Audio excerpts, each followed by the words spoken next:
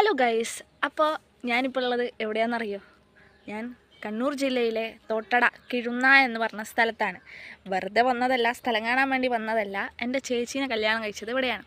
അപ്പോൾ ചേച്ചീൻ്റെ മോളുടെ ബർത്ത്ഡേ ആണിന്ന്, 6ാം വയസ്സ് ബർത്ത്ഡേ. അപ്പോൾ മോളെ ഞാൻ കാണിച്ചു തരാം. പിറന്നാളുകാരി ഇതാണ്. പിറന്നാളുകാരീനെ ഏട്ടൻ എടുത്ത് നിൽക്കുവാണ്. പിറന്നാളുകാരീൻ്റെ പേരെന്താ? മിഷിക. Full name Mishika Nived.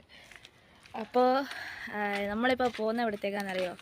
ഇവിടെ ആലിങ്കൽ യോഗീശ്വര സന്നിധാനം ഉണ്ട്. അപ്പോൾ പിറന്നാളുകാരീനെ ഇവിടേക്ക് കൂടെ കൊണ്ടുപോയിട്ട് ആലിങ്കൽ യോഗീശ്വര സന്നിധാനം. അപ്പോൾ നമ്മളിതാ അവിടെയാണ് തൊഴാൻ വന്നിരിക്കുന്നത്, ശ്രീ ആലിങ്കൽ യോഗീശ്വര സന്നിധാനത്തിൽ.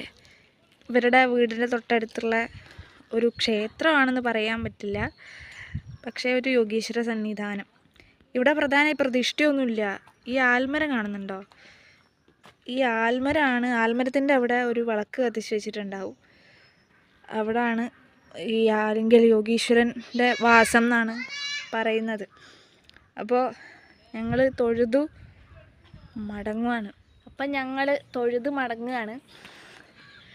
മക്കൾ രണ്ടാളും മുന്നിലേക്ക് ഓടി വീട്ടിലേക്ക് കയറി. അപ്പോൾ നമ്മൾ യോഗീശ്വരനെയും തൊഴുത് വീട്ടിലേക്ക് എത്തി.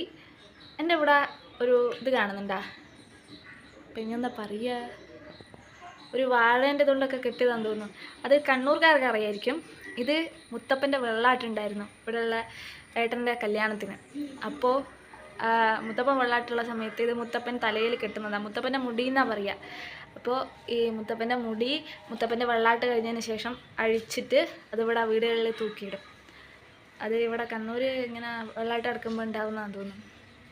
അപ്പം എന്തായാലും പിറന്നാളുകാരി ഇവിടുന്ന് ഷീട്ടും ഉണ്ട്.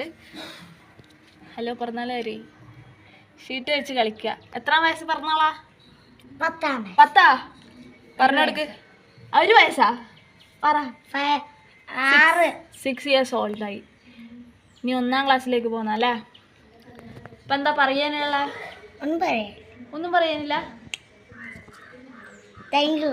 എല്ലാത്തിനും താങ്ക് യു. അപ്പോൾ നമുക്ക് മറ്റൊരു വീഡിയോ ആയിട്ട് പിന്നെ കാണാം.